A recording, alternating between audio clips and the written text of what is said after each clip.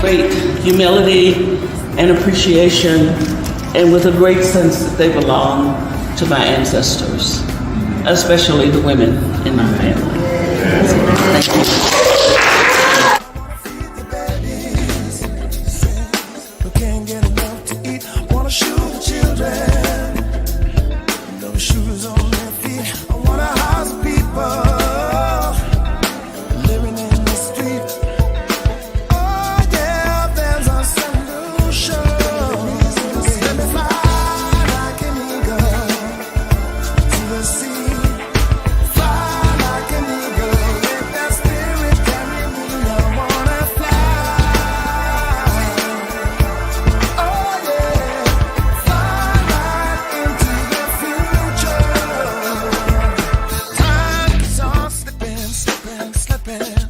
Thank you.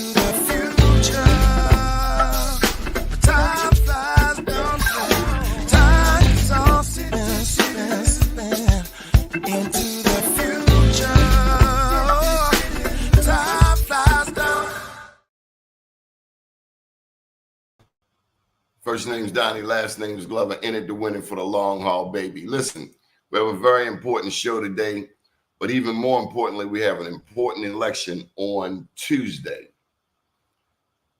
I've been reading these news reports, listening to radio interviews. Heard one this morning on 89.3 here in Baltimore, said that white women are the largest voting bloc. And the interview went on to talk about white patriarchy, white male patriarchy, where a lot of white women are afraid to let their husbands know that they're not voting for Donald Trump. I just want to say, dear white women, your vote is private. You can vote for who you want to. And to vote for someone who is saying the things that he is saying and the people that he is pulling together has to be the most egregious, inhumane thing that this country could possibly endure. The things said about Puerto Ricans, about Haitians, about blacks, the very fact that you've taken away, this country has taken away Roe v. Wade.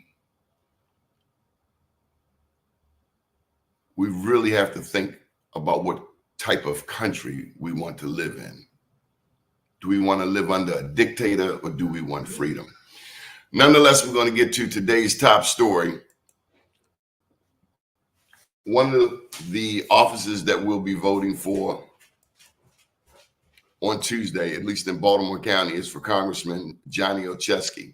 Today joining us is a longtime friend. His sister is the Speaker of the House here in the state of Maryland. Her name is Adrian Jones. His name is Barry Williams.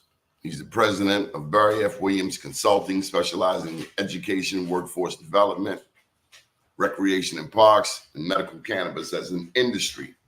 Barry had been a leader in those fields throughout his long professional career. Additionally, Barry was a trainer with the National Coalition of Building Institutes. This progressive training model works to identify and eradicate the isms in the workplace and schools. Without further ado, we present to you a young man who wants to be the next county executive in Baltimore County, Barry Williams.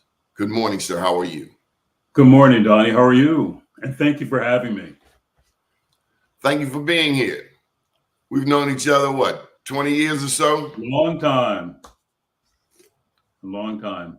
You've always been like Cool Hand Luke. Steady, easy going. Uh-huh. I saw the movie, so I know that's a nice compliment. Yeah, Clint Eastwood was pretty cool in that movie. Yeah.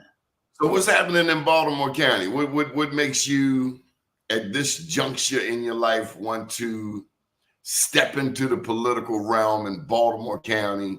I've got questions for days. I'm sure you do. So it really came about when Dutch Rupersberger announced that he was going to be retiring from the 2nd District. And Johnny Oshetsky, of course, stepped up and announced that he wanted to go after that seat. So his term actually ends in 2026. So hearing that and knowing how the process works, I contacted the county council and said, if and when a vacancy should exist, I'd be very interested in taking that on.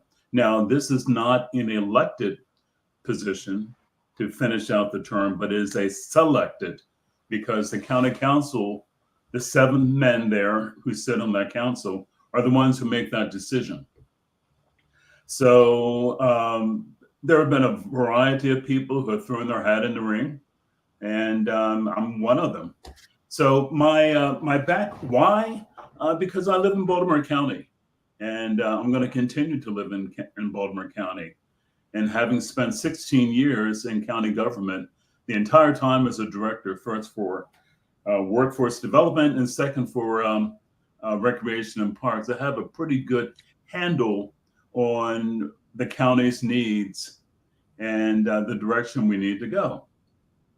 I believe that we don't need a seat warmer for the next 2 years. Too many things that are happening.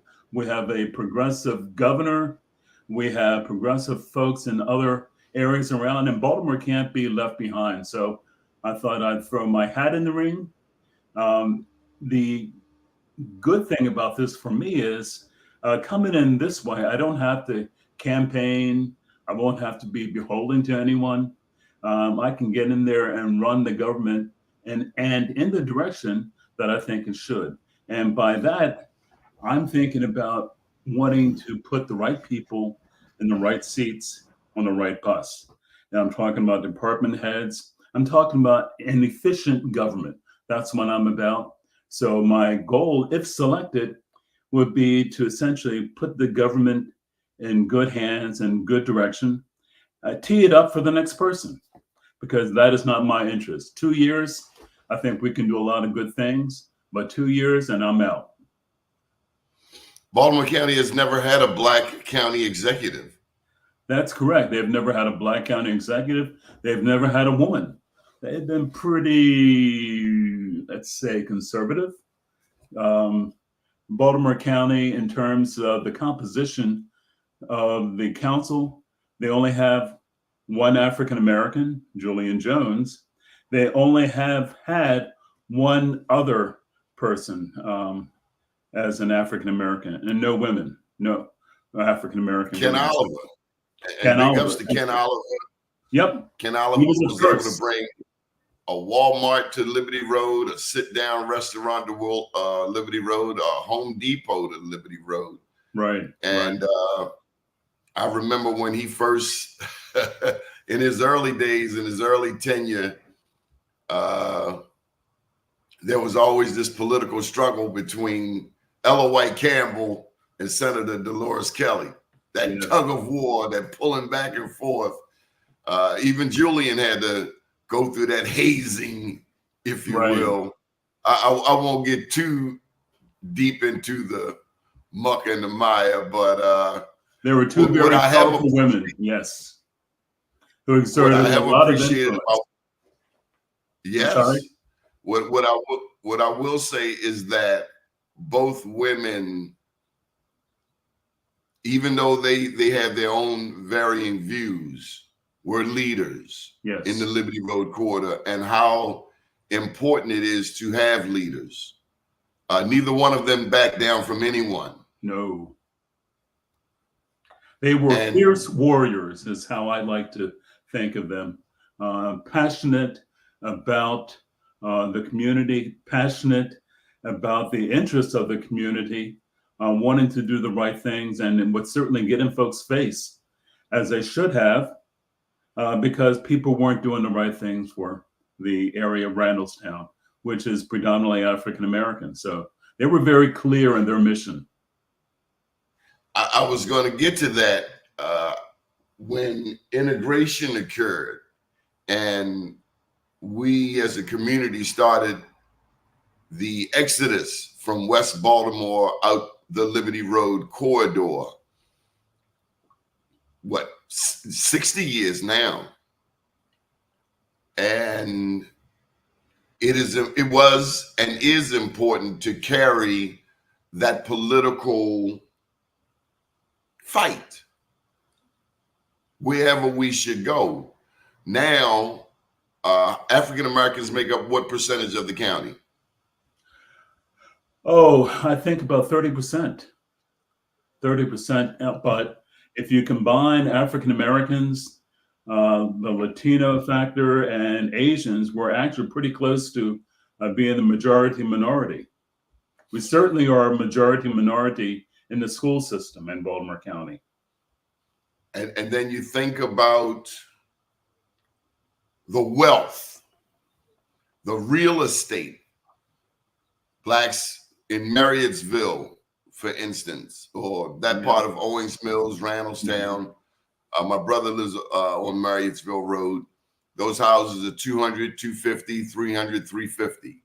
When I think about that tax base, the contribution of African Americans out the Liberty Road corridor, that helps lend to the largesse, if you will, of the county. Would you agree? Absolutely. People underestimate the real power in the Randallstown area. We have an area that is highly educated, more so than a good number of other areas in Baltimore County. I would say they were definitely the top third of all the educated areas in Baltimore County. The area has a mixture of socioeconomic levels, but certainly down from working class, but also to upper middle class there.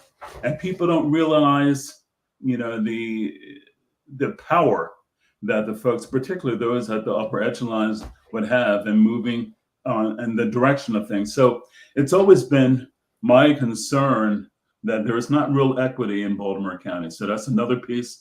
Because I've had a chance to get around the county. I've seen what some of the other areas have. And I think, the West Side is kind of lacking in this kind of support. I'm an egalitarian person. Let's make it equitable. I left this part out. Another accomplishment of former Councilman Ken Oliver was the Liberty Road Resource Center. Yes. Under the executiveship, if you will, of Jim Smith. That's correct. You have the largest indoor track. And back when that was coming about, and I guess this was 2007, 2008 or so, I remember Ken making that point, Councilman Oliver making the point that of how that part of the county had been neglected, how other parts of the county, the East Side, Towson, they had been receiving great resources. Mm-hmm. I think since then, you've even had this Liberty Road, and you would know the name better than me, but there was a focus on what to do with Liberty Road in terms of traffic, in terms of bringing businesses there, in terms of a transformation. Can you tell me anything about the education in Liberty, out Liberty Road? One of my favorite county superintendents was Joe Hairston. I love that man. When I think about what he brought to the county, and I think he was the first Black school superintendent in the era of Barack Obama, President Obama. That's correct. Yeah. I remember as he left, the darts started being thrown at him, and we saw those darts continually thrown at everyone who followed. But Joe Harrison was he was a stand-up model of a school superintendent. Your thoughts? So Joe Harrison, I had left Baltimore County by the time I left in '98. Joe came in 2000, and so certainly I was very much interested in the progression of the school system, and the fact that we would have our first African American superintendent meant a couple of things. In the same way as I looked at Barack Obama came in, I was praying for his election. At the same time, I was very much aware of the challenges that would be thrown his way. And the same thing happened with Joe Harrison. He was questioned at every venture and at every turn, more so scrutinized than any other superintendent. And so he had his challenges in there. And he was able to move on and make some positive things happen. He was there 12 years, which is a long time for a superintendent in a large school system. So my hat certainly goes off to him. We were friends, and I was sorry when he died, and too young. But unfortunately, for many folks, particular African-American men and women who were in the trenches, they get beaten up. And so the longevity for them is not the same as it would be for other folks who have not had to struggle, for their people, for their effort, for their cause. I got to say this too, with him in mind, near the end of his tenure, at the very end, when the attacks were coming, he hired me. He hired my PR firm to do some work for him. And I found myself going up against people who I formerly worked for here in Baltimore City, who I knew were, if there's such a thing as too conservative, Black people. Right. And I couldn't believe the Black people who came up against, it wasn't a lot, but they were targeted, who came up against Joe Harrison. He was a stand-up guy, and I'll never forget our last interview. So shout out in heaven to Joe Harrison. Yeah. But since then, what would you like to see moving forward in Baltimore County education? Because that's a part of your background. Oh, yeah. I left Baltimore County in '98. I had been the principal of Randallstown High School. I was brought in as a change agent because my predecessor had been fired. There were a number of different issues, and he happened to be a man of color, but he was not a person who was well suited for that position.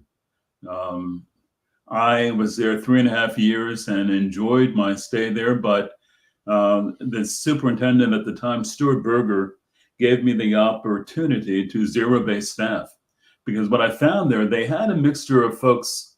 It was a little diverse, but these folks, just because they look like us doesn't mean that they're for us. And I found some folks there who look like us, as well as some other folks who were not being as progressive as I thought. And what I mean by that, they were not as qualified, or if they were, they had not exhibited good teaching practices. So superintendent at that time allowed me to zero base, and I removed 37 teachers, brought in a diverse group of folks, but people came in with a desire and direction that we're going to make education done well and for all of our students. And the fact that Randallstown was, I think, 80% African-American at the time was really significant. And I'll finish with this about Randallstown, then I want to go on in terms of direction. In 1997, I asked Colin Powell to be our keynote speaker for our graduation. He consented. It was a real coup for Randallstown and also for the whole area, because Colin Powell at that time only did 2 graduation speeches. One was at a college, and I've forgotten which one he had gone to, and the other was for my high school. So I brought him in to demonstrate some of the best, not just in the area, but the best in the world. And he was not an athlete. He was not an entertainer. He was a hardworking man that came from humble beginnings. And he was so eloquent. That was one of my best points of my career, that to bring in someone, and I told this the students and their parents, this is why I brought this man here. He represents the best of all of us, not just the best of Black folks, the best of all of us. And that was our desire and our aim. You can't just be good for Black folks or good for this folk. You got to be the best overall. So in terms of education direction, I know the current superintendent. I think she's a very good person. And I told her when we had a chance to have a conversation that I would do what I could to be supportive of her. I understand the challenges that are in Baltimore County. I understand the challenges of being an African-American woman there in Baltimore County. So it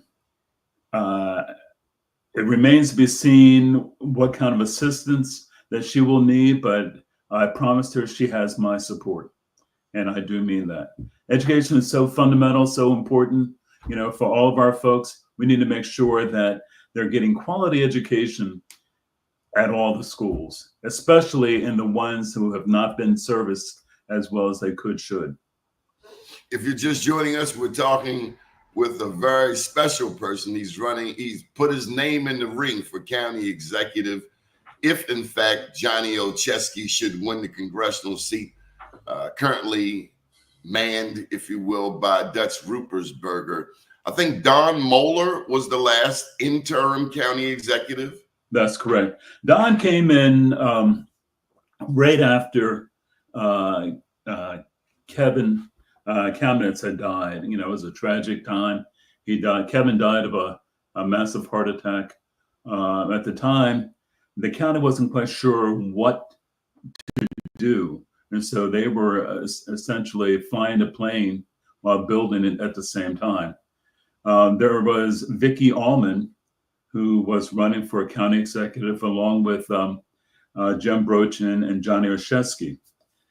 The council decided that it would be unfair for Vicki to be selected as the interim because it would make her look like she was the incumbent, which in fact she would be, and she would have greater name recognition. So before they made that determination, several of the, interestingly enough, the Republicans came to me and said, we know that you know the community well. You've been, a director for a long time. We would like to support you as our selection for the county executive.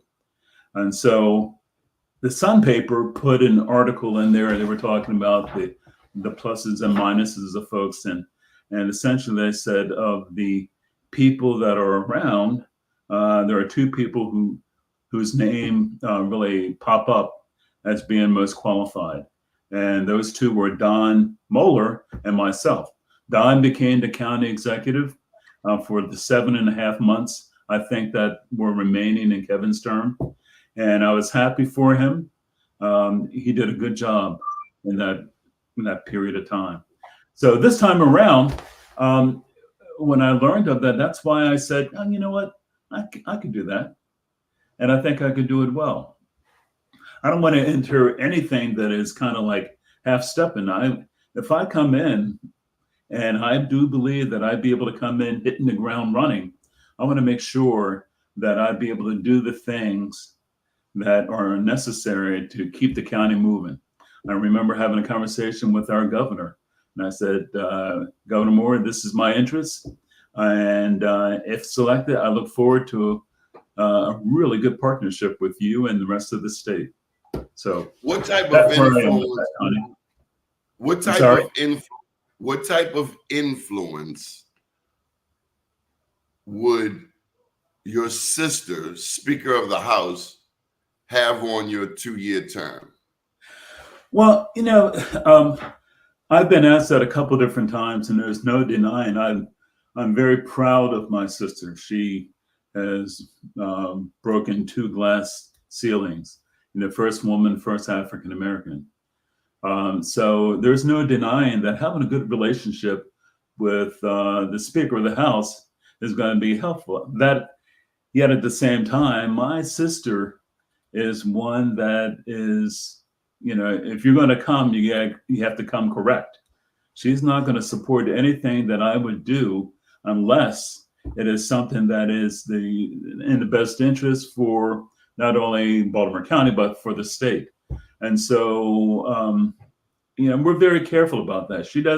She's very careful as to who she supports. And I think that goes for her siblings as well. So I know I have her support, but, I don't take that for granted. What has the African American Festival done for the African American presence in Towson? And let me share where I'm going. Okay. My family, just about all of them, live out the Liberty Road corridor. And I will say that they haven't been the most politically active. Mm-hmm. I would say in recent years, they've been more politically active than ever before. They would always call me, who is this? Who is Dan Moorheim? Who is Dolores Kelly? Who is Adrian Jones? Who is Ben Brooks? Who is Bobby Zirkin? Tell me about these group homes. I have one across the street from me. I think Randallstown has the largest concentration of group homes in the state of Maryland. But what I've always remembered, because again, many of the Black people out the Liberty Road corridor have West Baltimore roots. And in Baltimore City, we're very politically active. Mm-hmm. But Towson, the county seat, unless you go into Towson Town Mall, if you live out Randallstown, unless you go into Towson Town Mall, there's really not a big interest in going to Towson, to the county council in particular, to sit in on the meetings, to support your Ken Alders, to support your Julian Jones. So how important is Towson to the Liberty Road community? And what can be done to spark more interest, more support? Because you have the money. Without a doubt, the Blacks out Liberty Road have been heavily involved in buying property. But that political representation, I want you to have not 2, but 3 council people. But if we as a community are not aware of the efforts of a Linda, and I always mess her last name up, Dorsey Walker Dorsey. If we're not aware of Dorsey Walker, if we're not aware that, like Prince George's County, like Montgomery County, they've got nearly 1 million people with 890,000 people in Baltimore County. You should have 11 council people. And I think Izzy Patoka, you mentioned the Republicans, he sided, my understanding is he sided with 3 Republicans to come up with this new deal to increase instead of from 7 to 11, 7 to 9. And of course, he wants to be county executive. We know Julian wants to be county executive. I think Pat Young may have some interest. He's been avoiding our phone calls. How important is Towson, and what can be done to spark more interest in the African American community in going to Towson and going to the county council meetings? I know that was long. Well, no, but I appreciate that as well. There are a couple things. There was the great migration from Baltimore City out to Baltimore County. A lot of folks who came up in humble areas came out to the county, became middle class, and there were a lot of our folks who were really into the got to get ahead, got to work, got to do this, not leaving a lot of time to look at the other aspects, more political aspects of it. They were busy trying to get their kids in the best schools. If they weren't, including PTA meetings. I'm sorry? Including PTA meetings. Oh yeah, right.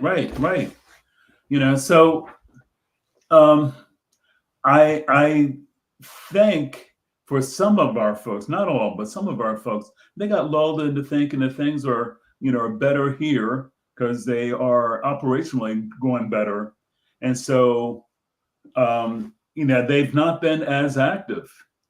And, and that actually is counter to what we actually need, in particular on the West Side. We need a more active group of folks. And people like you mentioned, Dolores Kelly and Ella White Campbell, we're trying to activate folks, getting people kind of stirred up to say, hey, listen, don't just accept, the scraps. We want the prime beef. We want, the things that the other areas have done. So with regard to the importance of Towson, people need to better educate themselves and to show up about their own personal needs. And need to think in terms of the now and also for the future. And not enough folks show up. What we have learned about our folks, that, you have an issue, they'll show up the first time. They'll have like a couple hundred people. The second one, it'll show up at like about 20 or so folks. We don't have that but people believe that, I showed up the first time, that should be enough. They need to know it's a long game. We got to make sure we stick in there if we're going to make any substantial changes. You got to stay in there. And that's what I would say for our folks. Find out what's going on in Towson. Don't just know who your councilman is. Know what they stand for. Know what they're about. Know and ask them direct questions. How are you going to help my area? How are you going to help my group? And we have, you certainly know, not just the West Side. We have the East Side, Turner Station. I'm going to get to the East Side. Okay. So we just need to activate, and part of that is just reminding folks, hey, you got to be here. And you mentioned Linda Dorsey Walker. I'll give her full credit for staying in the fight. She is always out there every time we have an election. She has her table. She's been one pushing the envelope for additional county council folks. So she gets credit in my book, for that. Other folks, there are other folks who are in the West Side that are doing things as well, who show up at Towson, but not enough. We need to get more folks there. Don't just rely upon the folks who have been doing the work and assuming that they're going to continue on, because probably they will, but they need our support. Before we get to the East Side, I wanted to touch on what Be More News did just before Johnny Olszewski was elected. We gave an event. The event was, what's the restaurant that was out there? They ended up Collins. Yeah, I'm sorry? Collins. Yeah, Collins, right. Yeah, right. We did a Black Wall Street out there with Dante at Dante's spot, and about 30 people showed up, and our featured guest was Johnny Olszewski. Mm-hmm. And in my mind, as sorted as I can get, he won by 17 votes. So I'd like to think that we were that final push when he was at the 5-yard line to get him over the hump, because he was the long shot. Absolutely. Listen, Johnny's support really came from the West Side. Damn right. And that is something that I knew and was very clear. Now, giving credit to Johnny campaigned well on the West Side. He paid attention. Yeah. So, and those 17 votes, who knows where they came from, but I know that a good portion of the West Side gave their support to Johnny.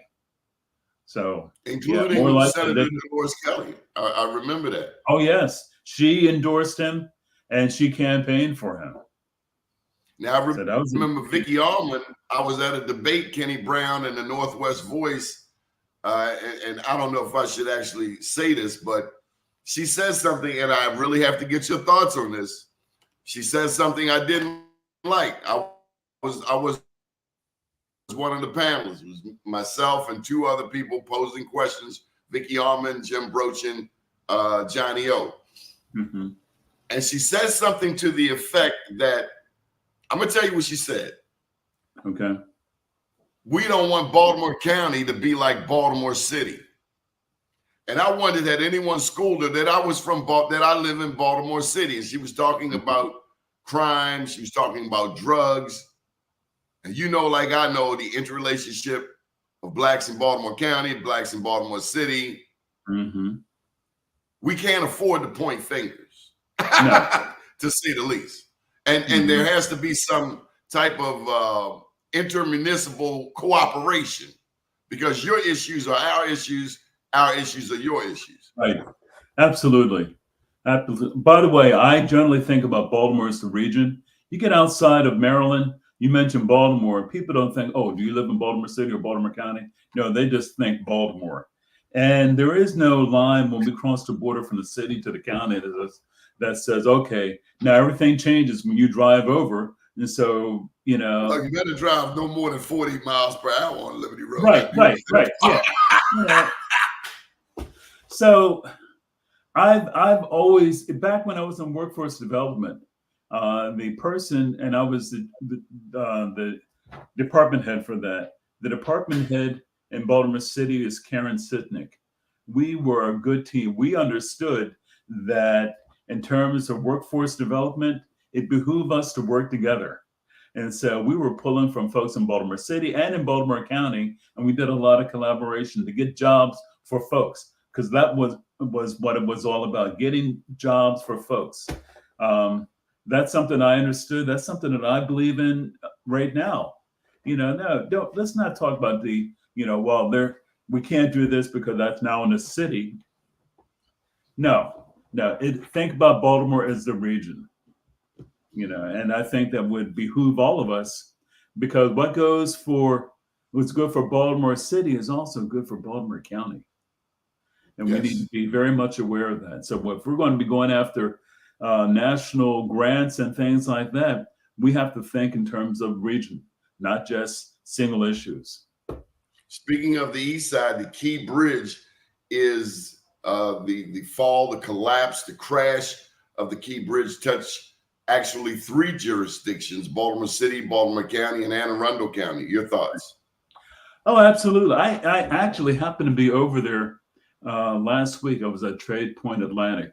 And it was the first time I had a chance to see the bridge as it had been, you know, in person. All of us have seen the collapse of the bridge and seen the aftermath of that. But I had a chance to really look at that, but also to talk to what's going on at Trade Point Atlantic. And there are a lot of jobs that are there that will be coming. They're anticipating somewhere between 7,000 to 8,000 good jobs, close to a good number of them in 6 figures, that are going to be available for folks. So we need to make sure that we have readily access. That bridge has to happen, because driving around, you know, the Beltway or going through the tunnel, you know, that puts a time lag on folks, and we need to make sure we have accessibility for our folks. So yeah, that bridge has to happen. Whatever way that the county can be a part, again, if I'm selected, I always preface that by that, you know, I want to make sure that we're all in to make that happen. You have a burgeoning Latino population in Baltimore County, more Latinos. As a matter of fact, nationally, the Latinos have surpassed the African-American population here in the United States. And here in Baltimore City, there in Baltimore County, the population is booming. And we heard during the Trump rally, someone speaks so ill of the island of Puerto Rico. You know, my grandfather was from San Juan, so I guess I'm a Baltimore Rican. Well, any thoughts on a tremendous part of the workforce, and you being a workforce, that being a part of your specialty, how significant is the Latino population to Baltimore County? Absolutely significant.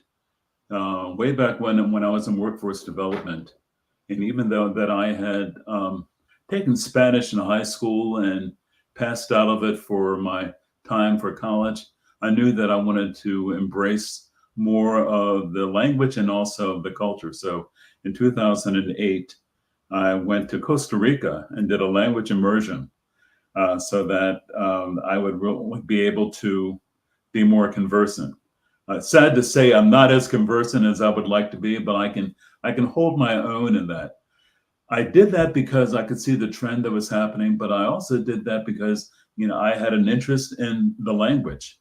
There are a lot of good folks that I see, hardworking, you know, certainly not only in the landscape and in construction, but just overall. These are folks that if they are undocumented, they're working their tail off to try to become documented, and they are giving back to our community. So a growing community, definitely want to make sure that we embrace them and we support them.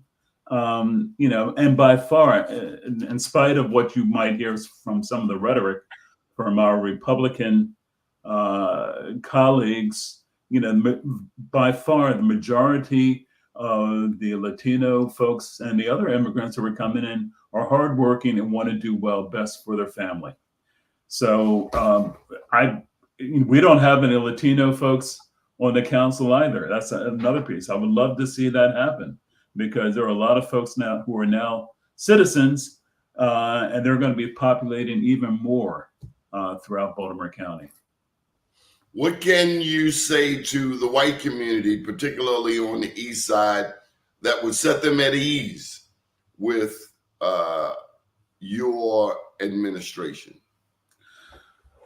Well, having had the opportunity to work on all aspects of the county, in addition to the east side, certainly through when I was in education, I worked in personnel and worked with a lot of schools there, but also in workforce development. We had an East Point office, and I spent a great deal of my time there. And in rec and parks, we had a lot of interest and effort from the community, Dundalk, Sparrows Point, Essex, to have equity and to be supportive of the efforts for recreation and sports in that area. So I believe that a significant number of folks who are involved in things like in recreation are going to know me and have learned from my efforts that I have their best interests at heart. I'm a kind of when I say regional, I'm a regional guy for the whole Baltimore region. I want what's best for all there. There's no one, and to coin a phrase that Westmore had, I don't want to leave anybody out. All folks are included in, under my tent. And I certainly, again, if selected, want to be able to be the first person that folks can talk to, because I listen. And what I've learned, I learn more from listening than my espousing different kinds of decrees and things. But I want to learn because ultimately I want things to be better for Baltimore County, and that I'm not leaving anyone out. Better for all folks in Baltimore County. What can you say to the Baltimore County Police Department that would comfort the leaders there to be in support of a Barry Williams for Baltimore County Executive? And let me just throw this in there. Okay. I have not forgotten the Black woman who got hip tossed out the Liberty Road corridor when the police were looking for her granddaughter. I've never forgotten that, but I'm going to put that on the side for now. Okay. So I know Rob McCullough. I knew him back when I was in the county. I'm delighted and so pleased that he was selected. He's the first African-American police chief there. That being said, one of the things, and you may not know this, but early in my career, I was asked by the then school superintendent, Bob Dubell, who was good friends with the chief, Neil Behan. I was asked and on loan to the police department to work in the training division. So my actual job started in the morning till the afternoon was to work with the training division to try to help those recruits. And this came about because of a consent decree. And they wanted to make sure that we have more African American folks who were actually not only coming into the academy, but passing the academy. So I was their kind of counselor, teacher, guide, mentor during that time. So I was full-time for 1 year, and then I did a part-time. That was my part-time gig for the next 12, 13 years. That being said, I got a chance to really look at that culture. And the things, as I love to tell the Maya Angelou, when people show themselves to you, believe them the first time. I saw some things that I saw the first time, and I thought, okay, there is a pervasive culture that needs to shift. There are a lot of good folks there in the police department, but there is an overall culture of kind of, we protect the blue, and anything the blue does is okay. So that's something that Rob McCullough has to deal with. I think he's making some inroads, but that's one of those things. It's not a revolutionary thing, but it's an evolutionary. Much work needs to keep on happening there for things to happen. But yeah, I'm very much aware of that. Tell me about industry, particularly around the water, around the east side of the harbor. How important is that to Baltimore County and Williams administration? There was a time when we had Beth Steel around there, Sparrows Point, place with a lot of blue collar jobs. Matter of fact, a lot of the blacks, I would imagine, who eventually made it out the Liberty Road corridor, someone in the family worked down the points, Beth Steel, those blue collar jobs. But everything's shifting now. AI is the term du jour. Right. So again, at Trade Point Atlantic, I had a chance again to see some of which is right over top of what had been Bethlehem Steel. They still have some brownfields there, but they're making some progress with that. There is a multitude of jobs that are fairly well paying, but they're anticipated in the next few years. They again have about 8,000 jobs. My father used to commute from Arbutus, which is in the Southwest, over to Glen L. Martin, which was during the World War II, they did a lot of the aircraft and preparing things for the war. He worked there for a good number of years. That was their commute, to drive all the way around the Beltway. And then when the tunnel certainly was, built, they were able to use the tunnel. I don't think my father was able to utilize the Key Bridge, but it was a tunnel that they used. So, we need to look where the opportunities are that are growing for jobs. We need to help our young people prepare for them. We need to come with a mindset of, may not necessarily want to go to college, but prepare yourself to be in the workforce, to be able to take care of you and your family. That needs to be the mindset. By the way, I also, back when I was in the school system and at different points along the way, believe in financial literacy. We got to help our folks understand real money, how to take care of themselves in a way.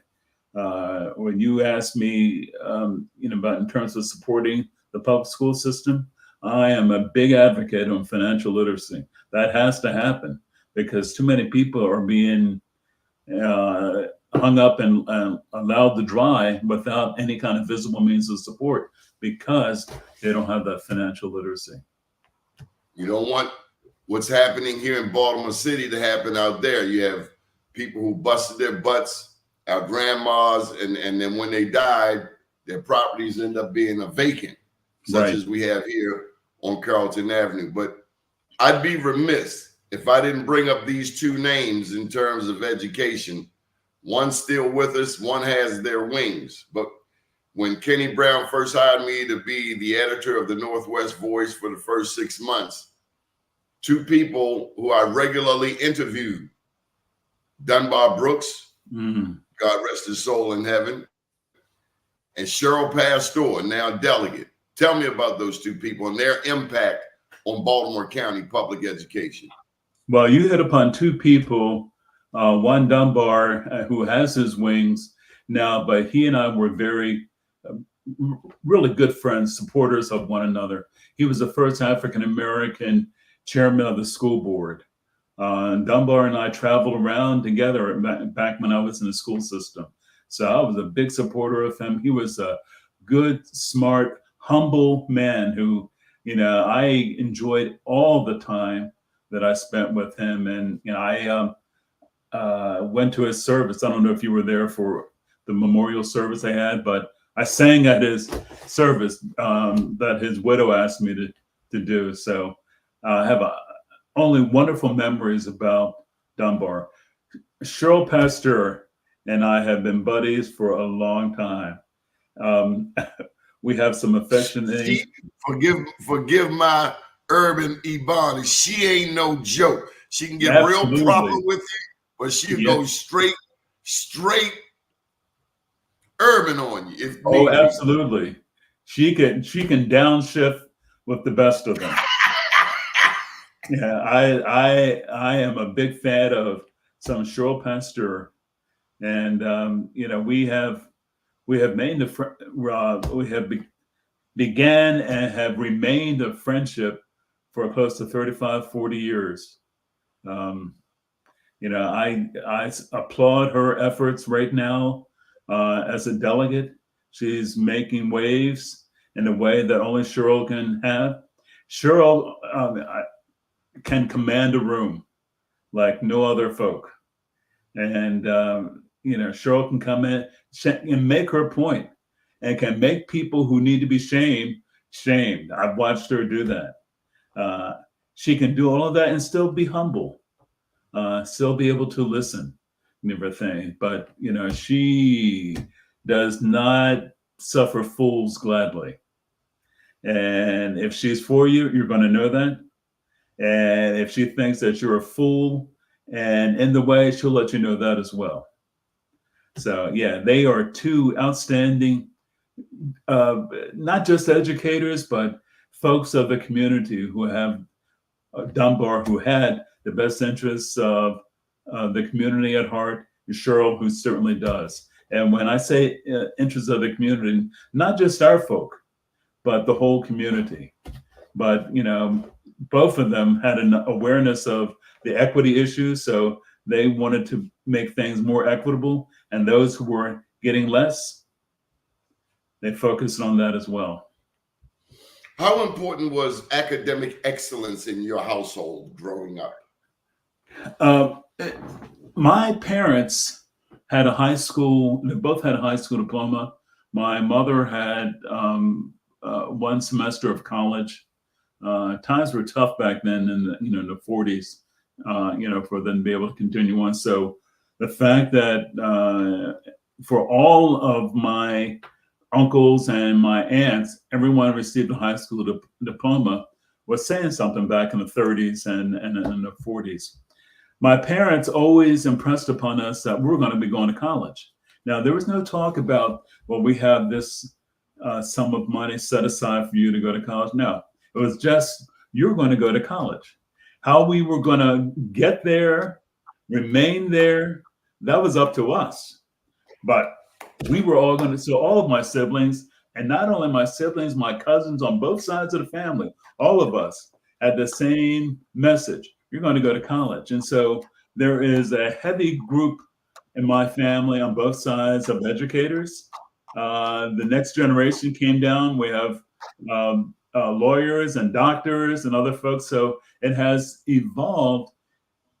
And we certainly embrace the idea we should do better than the previous generation because we want to give support for that. And I hope that becomes true for my children and my grandchildren. We want to give them the benefit of what we figured out so that they can have a better life. So that was very important in my family. My parents were very humble folks. They were not loud. They were not profane. They were not street people. They were folks who just believed in doing the right thing for the right reason and taught all of my siblings, or 5 of us, to love and respect God, love and respect our fellow man. We're told that we've got to work twice as hard to compete for some of the jobs or things we want to do. So we came up understanding that, having to be overqualified. So that's something that we understood. Hard work is what we embrace and what we do. So yeah, my parents were a big influence, but if you were to have met them, you would just see them as two very quiet people. But under that quietness, they exerted kind of like a steel frame for what they wanted their children to do. I'd also be remiss if I didn't ask you about the legacy of a Damon Hughes, the efforts of a Carla Tucker in the realm of minority business. And that'll be my final question before we give you a chance to make a closing statement, a closing appeal to those who will be doing the selecting. But your thoughts, and of course, you know that's near and dear to my heart. I don't particularly embrace the term minority business enterprise for the sake of us being subs, but actually for us being prime contractors. And I mean us so-called minorities. Right. So I knew Damon Hughes when he worked with the county. In fact, he worked with my sister and the Minority Affairs group. Carla Tucker, I certainly know, but just didn't know as well. But so again, it falls back on equity. We need to have a workforce that's more reflective of what our actual community looks like. But we also need to make opportunities for all. You know, I have always embraced the idea of allowing folks who need a kind of lift up, give them a chance to get there. What I've learned in my years around, that a lot of the folks from the majority culture have a passageway to get ahead. A lot of those passageways have been denied for us. And so when we have an opportunity to show somebody the way, let's open that door, but also keep that door open so that folks can come through.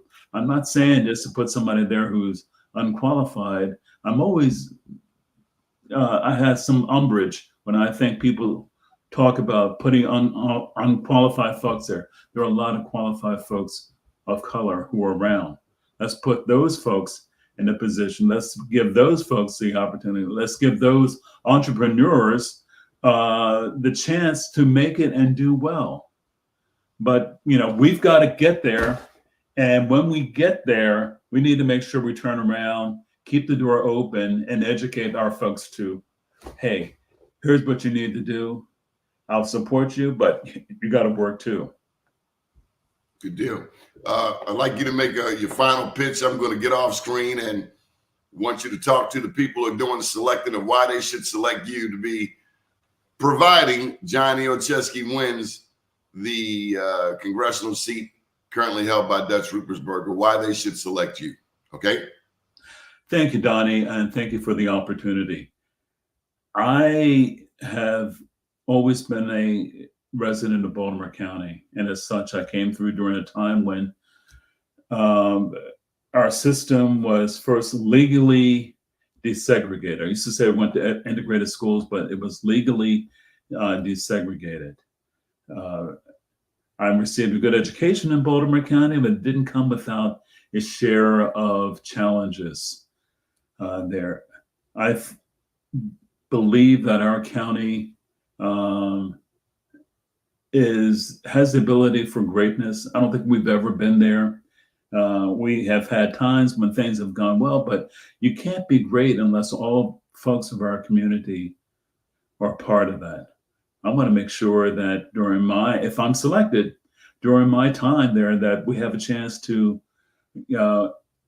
enlarge our tent so that all people are included, no one's left out. My background is such that I have a lot of experience in the county. I have a lot of experience as an executive. I will put that to good use. I know the county. I know the county government. I understand the structure of the county.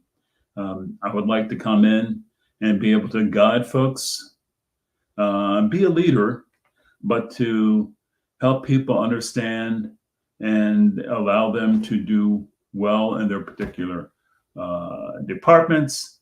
And ultimately, it means best efforts and best opportunities for folks overall in the county. So I would certainly welcome being selected. I promise you would not be as a seat warmer, but someone who would be able to continue on making the county better for all. So I guess I want to leave it like that, and do appreciate the opportunity. Thank you for joining us here on blackusa.news, the sister station to bemorenews.com. I personally am proud of you. You've always been a big brother to me, always cool, calm, collective. Maybe one day when I grow up, I can be cool like you. You're pretty cool in my eyes, Doni, so you don't have anything to worry about. But thank you. Thank you for the compliments, and thank you for all that you do. It has not gone unnoticed. Thank you. To God be the glory. Amen. Up today, down tomorrow, do your day, and everything will follow. Nothing to it but to do it. I got to do it, regardless of how I feel. I am somebody. Indeed. I am my brother's keeper. Good morning, world.